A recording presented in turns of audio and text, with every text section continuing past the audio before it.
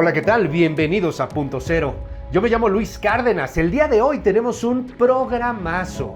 A ver, vamos a platicar de la revocación de mandato, de Pedro Salmerón, que ha sido propuesto como embajador en el Panamá, pero que está acusado de acoso sexual. Además, hoy vamos a platicar también sobre Omicron. ¿Será esta ya la última parte de la variante de la pandemia? Ojalá que sí, Dios quiera que sí, que podamos regresar pronto a una normalidad.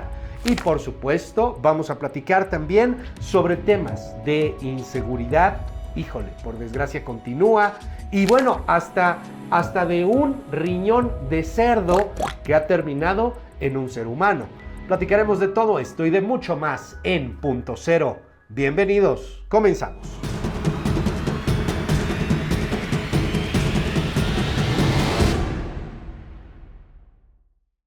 Bienvenidos, esto es Punto Cero. Bueno, pues se han reunido ya las firmas necesarias para dar paso a la revocación de mandato. En los países normales, en los países que no son surreales como México, la revocación de mandato se utiliza para correr al presidente. La gente que no está a favor del presidente junta firmas y entonces someten a votación que continúe o que no continúe un presidente. Pero en México, ya lo sabemos, somos surreales. Aquí, quien ha juntado las firmas es quien ama al presidente porque no quieren que el presidente se vaya. No. Lo que quieren es que el presidente se mantenga y que haya un argumento político para decir: el pueblo bueno y sabio ama a López Obrador. El problema es que este capricho político nos cuesta muchísimo dinero. El INE ha pedido más de 1,700 millones de pesos para poder llevar a cabo la consulta de revocación de mandato. Sin embargo, el presidente López Obrador dice que en el INE no saben lo que es la austeridad, que se están pasando y que esto podría hacerse de manera muchísimo más económica. La voz de López Obrador. Eso es lo que le decimos al INE. ¿Cómo no vas a poder ahorrar? Pero pues no compramos vehículos nuevos, no hay atención médica privada para los altos funcionarios públicos, no hay caja de ahorro especial, no tenemos los sueldos que tenían antes. Seguro privado. Entonces, no hay, ¿cómo se llama?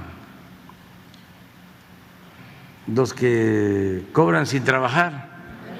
Aviadores, ¿sí? Entonces todo esto nos ha permitido pues ahorrar y eso es lo que se tiene que tomar en cuenta, ¿no? Bueno, pues así las cosas. El próximo 10 de abril será la consulta de revocación de mandato. Ya veremos qué pasa.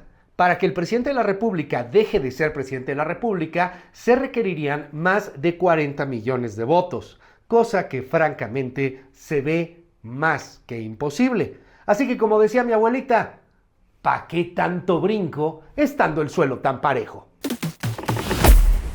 Oiga, y en otros temas políticos, fueron propuestos embajadores, nuevos embajadores para distintos puntos del mundo. Está todavía en veremos la designación del exgobernador de Sinaloa, Quirino Ordaz, para que se convierta en embajador de México en España. Ha llamado la atención el capricho y el berrinche que ha hecho Alito Moreno, el presidente del PRI, porque Claudia Pavlovich, la exgobernadora de Sonora, priista, fue propuesta como cónsul en Barcelona. Y Alito Moreno dice que si nombran y si acepta Claudia Pavlovich, entonces la van a correr del PRI, cosa que seguramente tiene muy preocupada a Claudia Pavlovich. Sin embargo, lo que ha tenido más y más relevancia es la acusación por acoso sexual a uno de los propuestos para ser embajador de México en el Panamá. Le estoy hablando del historiador Pedro Salmerón, que en algún momento fue maestro del ITAM, en donde muchas alumnas lo denunciaron por acoso sexual. Pude platicar en la primera de MBS Noticias con Marta Tagle, una representante del movimiento feminista, y esto fue lo que nos dijo del nombramiento de Pedro Salmerón. Pues mira, por lo menos desde hace 8 años ha habido denuncias de acoso por parte de Pedro Salmerón a alumnas en donde daba clases en el ITAM, pero también a alumnas de la UNAM e incluso a militantes de Morena, y uno puede encontrar de manera reiterada su nombre en estas plataformas de Me Too que se abrieron después de este movimiento mundial que se generó justamente para denunciar situaciones de acoso y de violencia sexual. Y en el caso de México se encuentra en la de Académicos MX y de manera reiterada aparece su nombre, es decir, es una persona que tiene una actitud de acosar a mujeres jóvenes, universitarias preferentemente, de manera sistemática. Es decir, no es un asunto que salga apenas hoy, que va a ser nombrado embajador de México en Panamá, sino que de manera reiterada ha venido estando. Incluso en el caso de Morena, 8 militantes pusieron quejas ante la Comisión de Honor y Justicia, pues que desafortunadamente por esta protección política que tiene, simplemente no sucedió nada, pero que en los lugares donde él estuvo, en las entidades donde él viajó por parte de Morena, también acosó a mujeres. Entonces, no es nada político, es un tema en el cual están afectando a muchas mujeres, y es muy grave que una persona con este historial sea presentado como embajador de México en el extranjero, porque una persona que es embajador, al final de cuentas, es el representante de nuestro país en ese otro país, que en este caso es Panamá.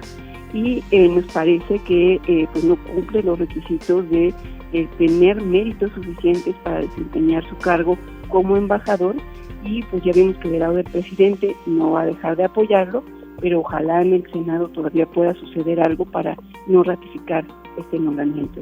Luis Cárdenas MX, Twitter, Facebook. Tenemos un WhatsApp abierto absolutamente para todos. 5571131337.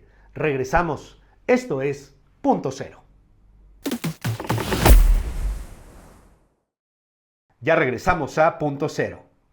Omicron, una variante extremadamente contagiosa, pero afortunadamente muy poco letal. Hoy día, dicen los expertos, casi la mitad del mundo podría llegar a contagiarse de Omicron. En el caso de la Gran Bretaña parece que ya van saliendo y los casos van para abajo, pero en México todavía nos esperan unas semanas bastante complicadas. Inclusive, el mismo presidente López Obrador se contagió, estuvo fuera durante toda la semana antepasada, pero ya regresó a las mañaneras.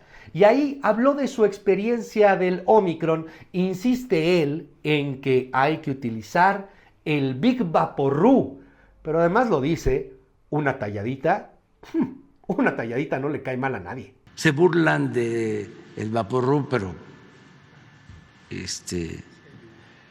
ayuda, sobre todo porque a todos nos gusta que nos acaricie, que nos den una talladita en el pecho, en la espalda, en las plantas de los pies, a los niños, a los adultos, a todos, siempre y cuando quien está haciendo la caricia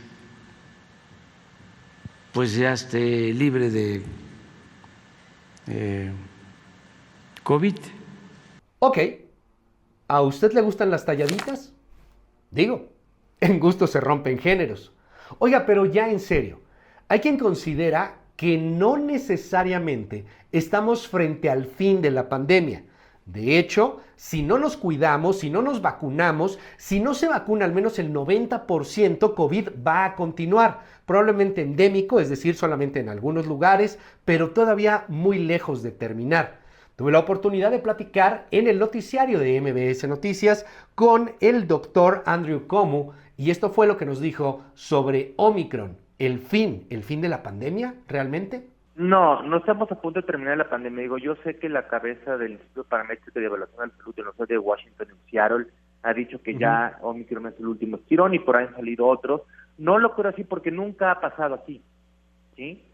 Y si nunca ha pasado así, porque esta sería la primera vez, Digo, tenemos el ejemplo, ¿cuál ha sido la manera de erradicar la viruela o de poner en una esquina a difteria, tosferino, tétanos, sarampión, rubiola, paperas? A través de la vacunación y de estrategias de salud pública.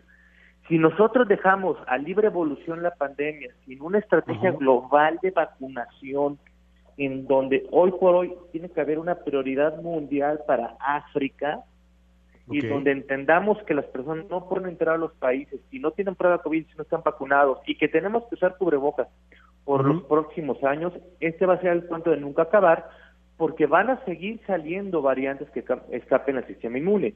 Si no, mientras no vacunamos a más del 90% de la población, ¿sí? Porque se puede calcular que mundial por población tenemos que vacunar, pues no va a pasar esto. Necesitamos una iniciativa como la que fue de Polio Plus, gracias a la Fundación Rotarios, de la Fundación Bill y Melinda Gates, que gracias a ellos prácticamente se ha erradicada la polio. Pero mientras tanto, los países de África van a ser el gran epicentro del surgimiento de nuevas variantes de alta transmisión. Y es que en esta semana se ha dado a conocer que un juez federal ha ordenado a la Fiscalía General de la República a que investigue si las declaraciones y el manejo de la pandemia por parte de Hugo López-Gatell ha sido una cuestión criminal. Sí, hay una muy leve posibilidad de que Hugo López-Gatell termine encarcelado por la negligencia en la pandemia. Pero bueno, no todo es culpa de Hugo López-Gatell o de los políticos o de México. Lo cierto es que la pandemia ha revelado la desigualdad que se vive en el mundo. Tenemos un planeta con gente ultra super multimillonaria que no se gastará ni en 100 generaciones la cantidad de dinero que han logrado acumular. Pero por otro lado, tenemos también gente extremadamente miserable. Esta es una investigación especial de Diana Alcaraz. Escuche usted, cada 4 segundos muere una persona en el mundo por desigualdad económica. La pandemia por coronavirus, que desde hace casi 2 años azota a todo el mundo, no solo ha dejado muertos y familias incompletas, también ha provocado que la brecha de la desigualdad cada vez sea más imponente, lo que urge a los gobiernos de todo el mundo a implementar políticas públicas para combatir el abismo que existe entre pobres y ricos. La pandemia, en mi opinión, acentuó, profundizó la desigualdad. Porque la forma de la sociedad lidar con la riqueza, con la producción de bienes, con la producción de riqueza, es equivocada.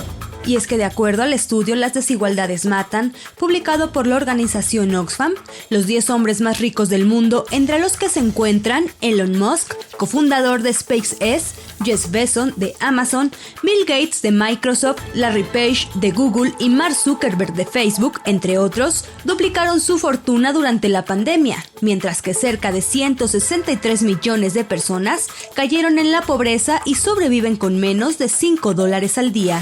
Por supuesto, esto incluye también algunos de los multimillonarios mexicanos, como Carlos Slim, que tuvo un incremento de 39% en su riqueza, o el mismo Germán Larrea, 78%, mientras prácticamente el 99% de los hogares tuvieron una disminución en su riqueza y también en sus ingresos, por supuesto, porque muchos perdieron el empleo. Según cifras de Forbes, durante 2020 la fortuna de los millonarios aumentó $700,000 millones, pero para 2021 la cifra llegó a $1.5 billones, lo que marca de una manera más drástica la brecha de desigualdad. De tal forma que, de acuerdo a Oxfam, un nuevo millonario surge en el mundo cada 26 horas, mientras que los ingresos del 99% de la población mundial se deterioran a causa de la COVID-19. Es decir, una persona muere cada 4 segundos a causa de la desigualdad. Las causas: la falta de atención médica, violencia de género y carencia de alimentos. Los responsables, señaló la organización con sede en Nairobi, Kenia, son los gobiernos que toman decisiones políticas que solo benefician a los más ricos y poderosos. Ejemplo de ellos es la distribución de vacunas contra el coronavirus, ya que señalan que al menos 9 millones de personas aún estarían vivas si hubieran recibido el biológico. Durante muchos años el país más desigual del mundo ha sido Sudáfrica, pero después de eso estaba muy cerca ahí Brasil, Colombia, Chile, incluso México, ¿no? Son algunos de los países más desiguales del mundo. ¿Y nuestro país qué papel juega dentro de la desigualdad?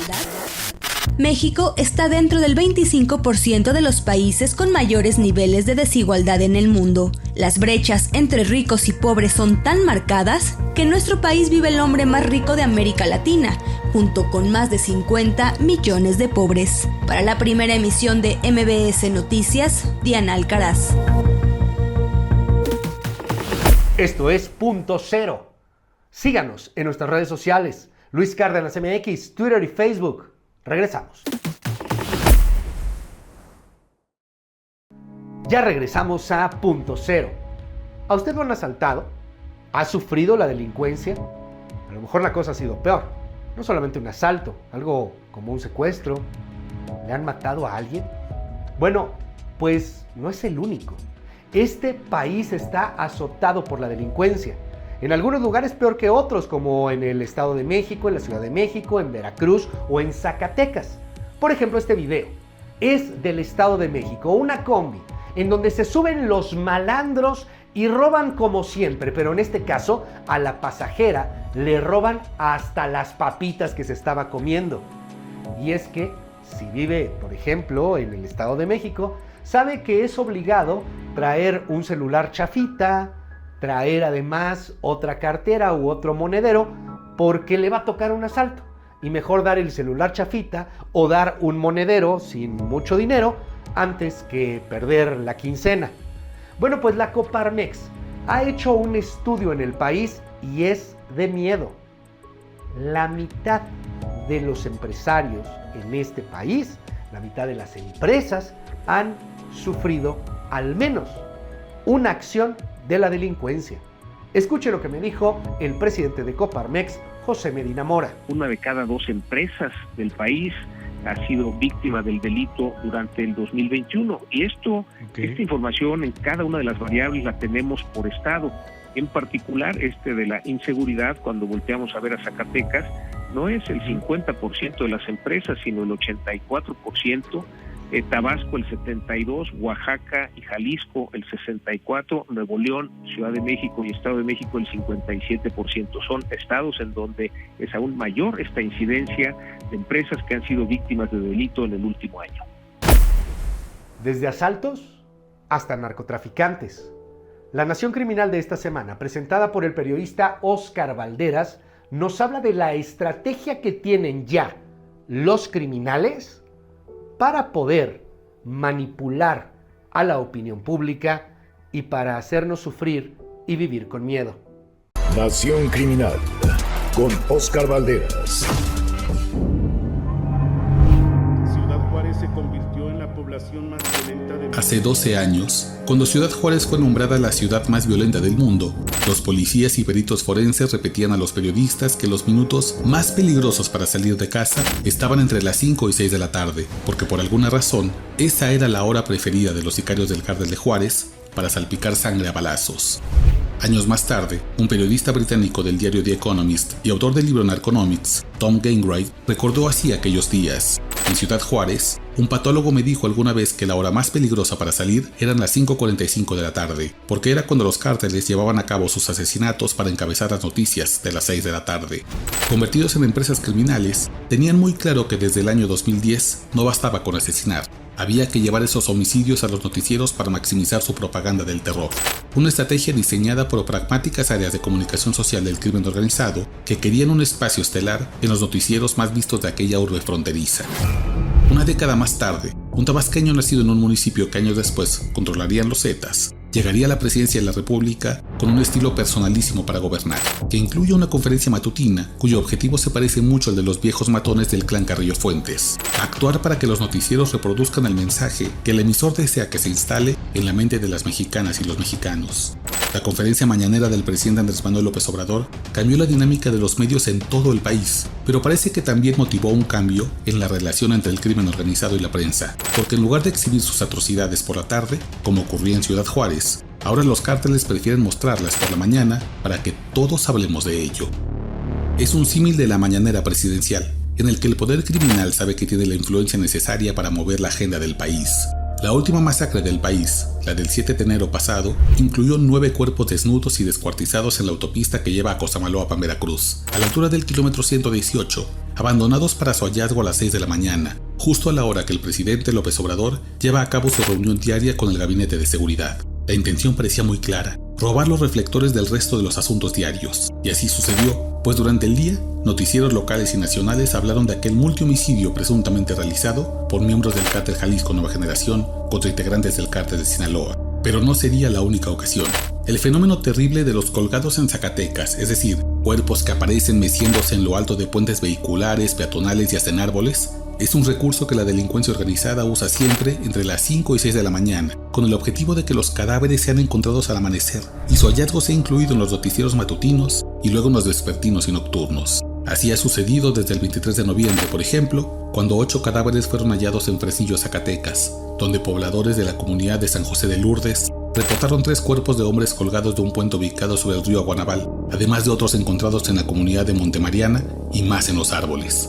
El mismo fenómeno se ha registrado, por ejemplo, en San Luis Potosí, en Sinaloa, Guerrero, Michoacán, Estado de México. Los sicarios prefieren trabajar de madrugada para mostrar sus acciones poco antes de que se ponga el sol, en una especie de mañanera del crimen.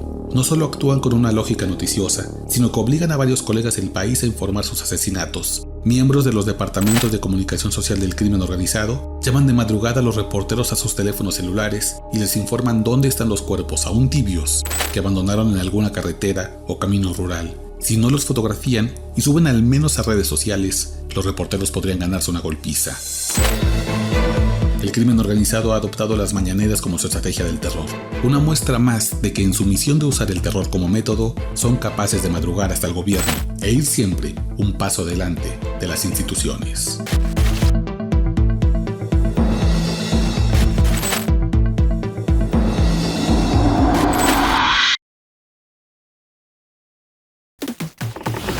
Oiga, y para cerrar, una nota positiva.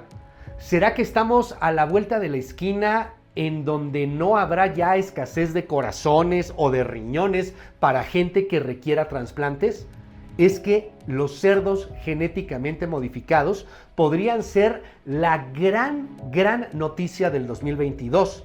Cerrábamos el año pasado con el trasplante de un riñón en fase de prueba a un paciente prácticamente terminal. Abrimos el año con un corazón de cerdo, completito el corazón, que fue trasplantado a un paciente de 57 años de edad y que hasta el momento se reporta estable. Y ahora hablamos no de uno, sino de los 2 riñones que le fueron trasplantados de un cerdo genéticamente modificado a una persona que hoy día podría cambiar su vida por completo. ¿Usted se pondría órganos de un cerdo? ¿Qué opina? Escríbame por favor en @LuisCárdenasMX. Cuídese mucho, nos escuchamos la próxima semana y nos vemos como siempre en la primera edición de MBS Noticias. Bye bye.